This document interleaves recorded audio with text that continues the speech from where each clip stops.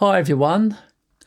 On the agenda today is we're going to be looking at technical specs for if you ever perform at festivals. You know, if you feel you're ready to go out there, you know, you haven't done it yet and you're not quite sure what you need, you know, or you're not just quite sure of what to expect at a festival. You know, I'm not just talking about Didge festivals because they may well cater for you much easier in a sense, but I'm talking about if you're managing to get into sort of a more mainstream festival where they've just got lots of bands, musicians playing, you know, and you're just not quite sure what to expect and what you've got to, you know, what information you've got to give beforehand. A technical spec or technical specification is important these days. You know, you might not need it on a very, very small gig, you know, you might not need it there, but on a lot of stages these days, you know, and particularly when you get into the bigger ones, they will be asking for a technical spec. So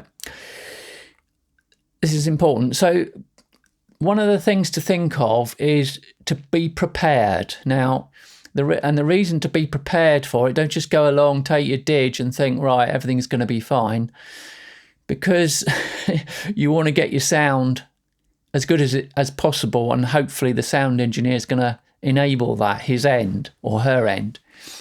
So to be prepared your end first is important, and you'll learn on the way. You know, we all learn by certain mistakes and certain expectations that are often not met. And one of the things is, if you're going to perform, if you're literally just playing with a didgeridoo, I think it's quite useful to have a stand, you know, a Didge stand, so that when it's mic'd up, because otherwise a microphone can, if you haven't got a Didge stand and you're miking up, the Didge could be prone to movement. I mean, you might have a clip-on mic. If you've got a clip-on mic, then you can stand with it and move it about. You know, it's not an issue then. But a Didge stand can be really useful, particularly if you've got more than one didgeridoo you want to use. Just so that the microphones can be placed in front of the didgeridoos on Didge stands, on mic stands, sorry. Or you, as I say, you might have a clip-on mic, but it's still useful. Now, it's quite easy. You could probably make your own Didge stand. I'll just show you something. So the first thing in the preparation, let's just say, right, you're thinking of playing, you want to get yourself a Didge stand. What you could do, I'll show you. You could make yourself something like this. This is just a very small tripod stand. It's quite a small form factor. It's really ideal. I've just made some woodwork on the top. Put a top hat on top of on this tripod stand. Bit of woodwork, and I can have 1, 2, 3 didgeridoos on that. I mean, I tend to use 2 these days, but so it's not too difficult to make. Well, you can make one from a big tripod speaker stand, put a top hat on it, which is like the top of goes on the top of a speaker, and then the speakers are mounted on it. Well, in this case, you're using Didges, so you can fix to the top hat, you can fix some woodwork, or you could buy one. Doesn't matter, but it's worth having a Didge stand, I think. You don't necessarily have to if you're just using solo didgeridooing, but certainly, I mean, I use stomp boxes and I use drums sometimes, so in that case, you know, I've got to have the didgeridoos on a stand, so I've got movement for my hands and things, you know. So anyway, that's one thing, preparation. Think about, you know, getting yourself a Didge stand, possibly, so when you, and I mean, from there, when you've got it all set up, really what's important before you send a technical specification into the sound engineer, because the technical spec goes to the sound engineer. They'll ask you, the festival, the organisation, their sound engineers will get in touch with you and they will ask you for the tech spec. And then, but before you write the technical spec out, you really need to know your sound. This is really important. right from early on. You have to, if your performance, you feel you're obviously good enough, you feel you're ready to go out to a festival, and you've got to learn how to get your sound right. You can't just rely on the sound engineer. And a good sound engineer that's done didge miking before might get you a good sound anyway, but you can't rely on that. If they don't get your sound right, and you might have done a really good performance, but you might sound terrible if the sound's not right, if the bass end's not right and everything, So you really got to learn how to get your sound right, before, and that's before you even send a technical spec in. And it just makes it easier then to put some notes in there about your playing. So you could... it's worth trying your sound out on a PA setup. If you can get your sound, you may have played at an open mic before, you may have played at a venue where you've had some PA speakers, and it's worth trying to get your sound through a PA system, just get an idea how you want to tweak your sounds. It will sound different through different speakers, and it depends on how much low end the speakers have got and whether you've got subwoofers, and it can really cater for a lot of deep low end and all that kind of thing. But once you've played it through a live sound system and you can adjust some settings, get the EQing right, like the treble, bass and mid-range and all that. It's really simple to do. It's not hard. Then you're in a much better position once you've got an idea of your sound to go to a festival. You can sort of put some notes down and go from there really. So I think that what we're going to do now is we're going to look on screen. I'm just going to go to the screen on a couple of different pages I've got here to show you what I provide when they asked me for a technical spec. It's a bit of an old one, this one. It needs updating, but it's good enough. It was good enough in the past for some of my gigs and festival tech spec, what I gave over. So here we go. We're gonna go into my computer now, so you can see, or you'll just see it on the screen actually. Okay, so here we are. We're going to look at the stage plan first. So basically, what they'll ask you, the sound engineers, what they'll ask for is a stage plan. Your layout. Now, if you're just solo, I'm a soloist. Obviously I use different things, but along with the didgeridoos. But here's a stage plan, and you can see here that I've shown 2 didgeridoos in this case on a didge stand. Just a very simple layout. It could be you could do it much better and make it look nicer than this if you want to, but this is just a very basic thing. And you can see the 2 didges on a stand. You can see at the ends I've got 2 ATM 350 microphones. They're condenser microphones. And also you'll see that I've got showing my drums, where my drums are. These days I probably use a cajon. I don't tend to use a djembes much nowadays, but you can see that I've got a couple of drums. I've got a drum trigger there as well, because I use 2 stomp boxes. I've made a note of that on the stage plan. So I'm showing everything that I've got really. And I'm just showing on the drum trigger, I put line out. That's just that's not a microphone signal. That's a line out signal. That's from my drum trigger. So they know what I'm using, kind of thing. But you don't worry too much. You don't have to get too technical, even though it's a technical spec. They really just want to know what you're using and what you need, really, what your requirements are. So I haven't on here listed power supply. There should be on there a power supply listed. They will have a power supply there, but put it down anyway. If you need a power supply, for example, the drum trigger would require a power supply. If I'm not using the drum trigger and I'm just using stomp boxes without it, a microphone feeds rather than line output from the drum trigger, then then obviously I wouldn't worry about it. But I do need power usually for that particular reason. And yeah, I've shown on there what mics I require. For example, for the drums, I mean, yeah, you'd have a couple of drum mics, and you might have a couple of mics under the drums, the djembes, because otherwise you don't get the bass, and they'll phase reverse it to make it work together.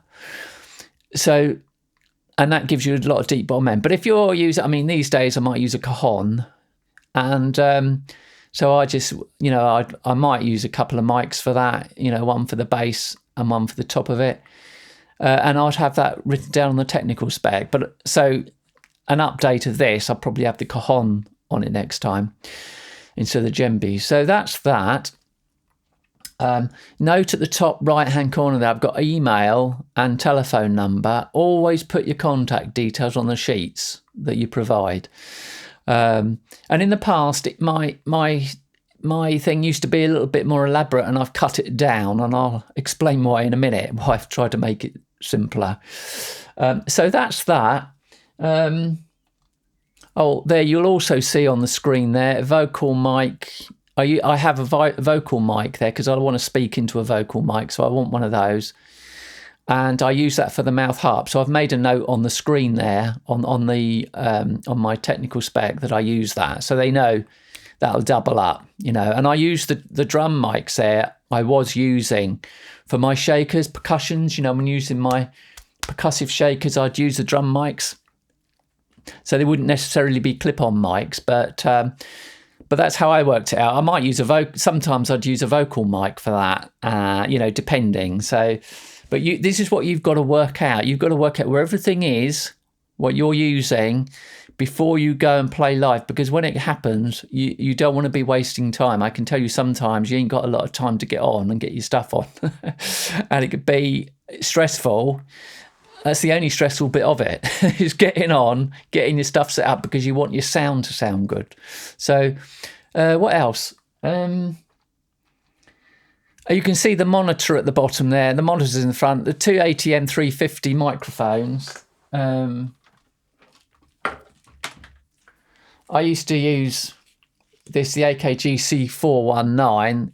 It's smaller than the C519. That's why I prefer it to the newer modern one. But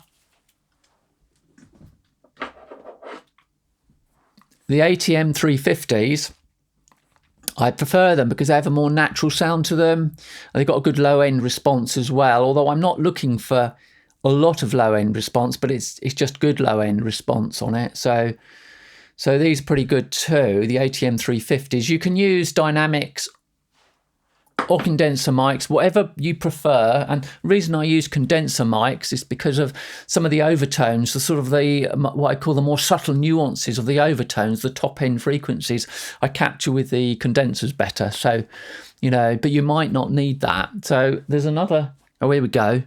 I've got this other microphone now. This is one of my pencil microphones. I prefer this to the other two. It just captures more of an open sound, and it's really good on the overtones. When I'm talking about overtones, I'm talking about the airy overtones, the sort of whistling sound, like the throat singing overtones, passive style. That's what I'm talking about there. And this captures that really well. And I've adapted the gubbins that came with it. I've adapted it so that I can screw this onto the end of the Didge, and I've got a clip-on mic. I've made it. So you could make something if you want. You know, if you got a particular microphone you want to use, you can always adapt it, you know, and that's small, that one. It's a small kind of pencil style microphone, so it's quite easy. But you could use a clip-on dynamics. There are good clip-on dynamic mics, and, you know, I've done various videos on microphones for Didgeridoo, mainly for the studio, but I have mentioned for live as well. And if you're picking a microphone, you know, this is a key thing as well. If you're picking a microphone, then ensure the microphone, you don't need to worry about whether it's for live sound in one sense, working out, because it'll tell you, you know, if you use certain condensers and certain live microphones, they'll say, well, you can phone the company up and say, you know, is this suitable for live sound? And they'll tell you, yeah. But it's usually better to have tighter polar patterns, cardioid supercardioid or hypercardioid or whatever they are. This one's cardioid, so it rejects all sound from the rear of the microphone, hence that's facing the monitor, so you don't get feedback. So that's something you need to know a little bit about feedback. The sound engineer is going to be trying to get the feedback down, and you do tend to get more higher frequency feedback from condenser mics, but a good sound engineer will be able to sort that out quite easily. And a lot of musicians use condenser mics, so it's really a personal choice on your style of playing as to what you use. So, you know, you can check my mic videos out. You'll find them on YouTube, and you can just look up, you know, there's lots of different, you can use clip-ons, whatever, you know, or you could use, if you don't use your own, see on that technical spec sheet there, I've listed my own microphones I bring, and then I've put down the requirement, you know, so if we can show it back on the screen there, and then I'm just showing what I need, you know, like I'll need a vocal microphone for the mouth harp, and I'll need the microphones for the drums, you know, but I'm supplying my own. So just make sure you've given them the information so that they know what you need and you know what you're supplying. That's the thing. Now, let's look at the other sheet I've got. Now, on this sheet, so this is the second sheet I have. I have two sheets of paper I used to supply, or via email, probably via email. So you supply this is what I use, and I've got here, they're just notes, there's just additional notes. And what I've got really mainly for this is what reverb I'm using, because I often use a little bit of reverb on the Didge, and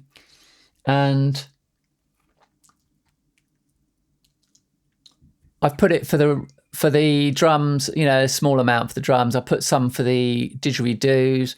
I don't use it on the stomp, so I haven't listed it for the stomps. Obviously, I want that dry. I don't want any reverb on that. And I have a certain length of reverb time on the mouth harp, so I've just put between 2 to 4 seconds. Well, that might be around 3-4 seconds. I don't know. It depends, you know. It depends on the day, but that's roughly it. You could specify that time on your Didge if you know exactly what reverb time, but the trouble is, depending what venue you're playing in, you might be playing in quite a reverby place, so you can't really just go by that. You've got to play it a little bit by ear. So, and anyway, the technical spec sheet is just a guide for them. There's a lot of the time that they're going to ask you anyway. You know, so you sometimes think, well, why did I do a tech spec sheet? Well, it at least gives them an idea of what you need, what you got there. And so I've listed at the bottom,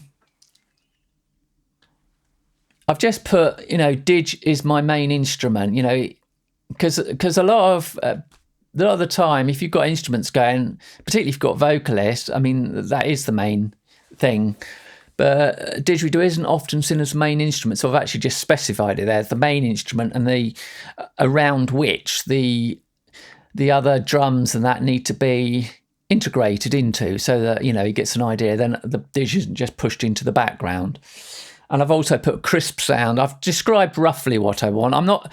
In the past, I used to be more descriptive, and what I realised was the more details you put in, the less they're going to read, because a lot of the time in the evening, particularly if it's evening time, they've got to see in the dark, they've got their lights, and I put this in quite big wording, because if you put it in small wording, they might not be able to see it properly. So don't put too much. Don't make it as simple as you can, but just enough info, because they will ask you.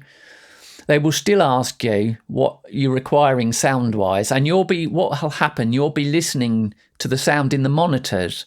So basically, you've got the monitors are the monitoring speakers, are the things in front of you, or they could be to the side. Sometimes you've got your Didge,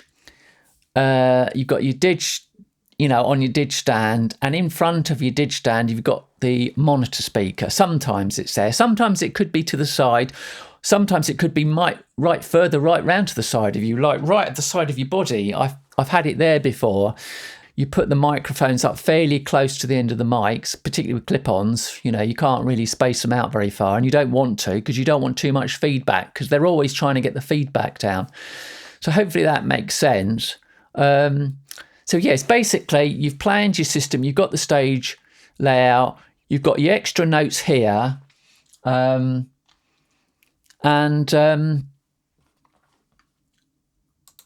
just, yeah, so you've got your extra notes there, any extra notes you need, keep it simple.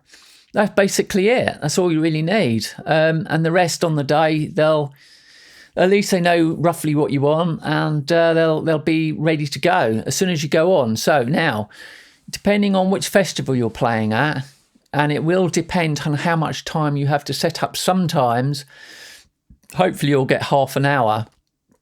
You know, when I was at, you know, a fair, when I was on quite a big stage, you know, I think I had about 45 minutes. I think the most I've ever had is about 45 minutes, maybe an hour. And that's lovely. It gives you loads of times you can poodle around and get set up, and you're not stuck for time. Sometimes you get half an hour. Sometimes you might only get 20 minutes. And if they're squeezed, you might only get 15 minutes. Now, you try and get your stuff set up, particularly if you've got didgeridoos, stomp boxes, and other stuff, and you're trying to you want to get to the sound test as quick as possible. So when you've got your bag of gear, get it organised so that you can get the stuff out as quick as possible, get it on stage. That, to me, that's like the bit where I try and get stuff, get my dig stand up as quick as possible. Everything ready to go as quickly as possible, plug it all in, get it all plugged in, know where everything's going to be plugged in. As I say, be prepared, because if you waste time there and you only get like a couple of minutes on the sound check, then, you know, you might not get the sound you want. And also, so let's just say you've got prepared then. You know what you need to do. You've got everything laid out. It's on the stage. And you're ready to do the sound check, right? So the guys, they'll do a sound check bit by bit. They'll do the sound check on your didgeridoos one by one. If you've got 2 digis, they'll go to one, then they'll ask to do a sound check on the other one. Make sure when you're hearing it in the monitors, it's sounding right, or as best as you can, kind of thing, and get them to get the feedback on to the sound engineer. You know, tell him exactly how you want it. Now, when it comes to the digis, when you're, for me, for example, I don't do multi-drone, and I don't do the really long percussive sticks that require enormous, you know, if you're looking to get a lot of low end, real low end. So basically, I'm looking in my dig playing to roll off some of the low end bass, because it can be boomy, and that's what you don't want. If you get a boomy sound, it can absolutely ruin your set. So be absolutely sure when you're listening to it, it's not too boomy. What I tend to do is I like a bit of light low end to create a bit of warmth, a bit of impact, but not to make it boomy. I don't want any boom in the sound. That's why I like a crisp sound with my dig playing. If you're a multi-drone player or a percussive player with long sticks that go down to low frequencies, obviously you need to think about that, and you know, it's specific to your requirement. You've got to work out, you know, you're still going to have your close miking to your digis, and you've got to work out the balance between if you drone and if you're doing the percussion to how to get that right. So take that into consideration. So the other thing is, when you're doing a sound check, so we're on the digis at the moment. When you're doing a sound check, it's ideal, if possible, to have somebody out the front that knows your dig sound, that can actually correspond with the sound engineer. Because if they know your sound, you can't hear the front of house PA system. You know, you've got the audience has got the massive speaker. Let's just say you're playing on a big stage. The audience has got the really big PA speakers, and you've got the smaller monitors, you're not going to hear it exactly how they are at the front. So it's useful if you've got someone in the crowd that can go, you know, nearer the front, in the middle, towards the back, go up and down a bit, listen to your sound, and then go to the sound engineer. Just give them a little bit of feedback if they don't mind doing it, because that will be really useful. If not, you just work with the sound engineer. Hopefully in the monitoring, you know, you can hear it right, and you just have to hope the sound engineer gets the sound right as well. Because I've, you know, for me in the past, it's been, you know, my ex-partner years ago used to tell me whether the sound was good or not so good, you know, and even if I'm doing a great performance, or let's just say a good performance, let's not get carried away, then she'd tell me, and she'd say, yeah, that was really good sound, or not, you know, and it doesn't matter how good you're performing, if they haven't got the sound right, your great performance isn't going to sound as good, I'm afraid, and there's nothing you can do about it. But you need your performance good as well. You know, the opposite to that is they might have a great sound, and if you don't perform well, you can't expect a great, you know, you can't expect it to sound great in terms of performance, if you know what I mean. So both need to be good, your performance and the sound. That's what you're hoping for. Your performance, hopefully, you know, will be good enough, because it varies at venue. You know, it varies from one gig to another, how good you're going to be. But anyway, that's that. So they've tested your digis, then they'll test, if you've got stomps, they'll go through your stomps, say, and then they go through, I might do the drums next, you know, they might do in whatever order they do it, but they'll test your stomp. So test each thing you've got and test that you've got it right. You know, is the stomps, are they thumping enough? Whether you use a drum trigger or whether you use pure stomp, microphone stomp, you know, you just got a microphone feed from your stomp. It doesn't matter. Just make sure that sounds okay. Drums sound okay if you're using drums. A shaker sounds okay through the vocal microphone. If you're using a mouth harp, of course, as a dig player, check, you know, make sure you got that right. And that's about it, really. The other thing is, before I forget, take a portable recorder with you, and you can plug that into their desk. You could set up your own stuff, but, you know, time-wise, I just take a portable recorder, I plug it in down at their desk, their end, and take a couple of leads with you to make sure you've got a lead that'll fit into their desk. You know, they'll have certain, you know, XLR or TRS inputs or whatever. Sometimes they're phono inputs, but basically XLR, TRS or something like that.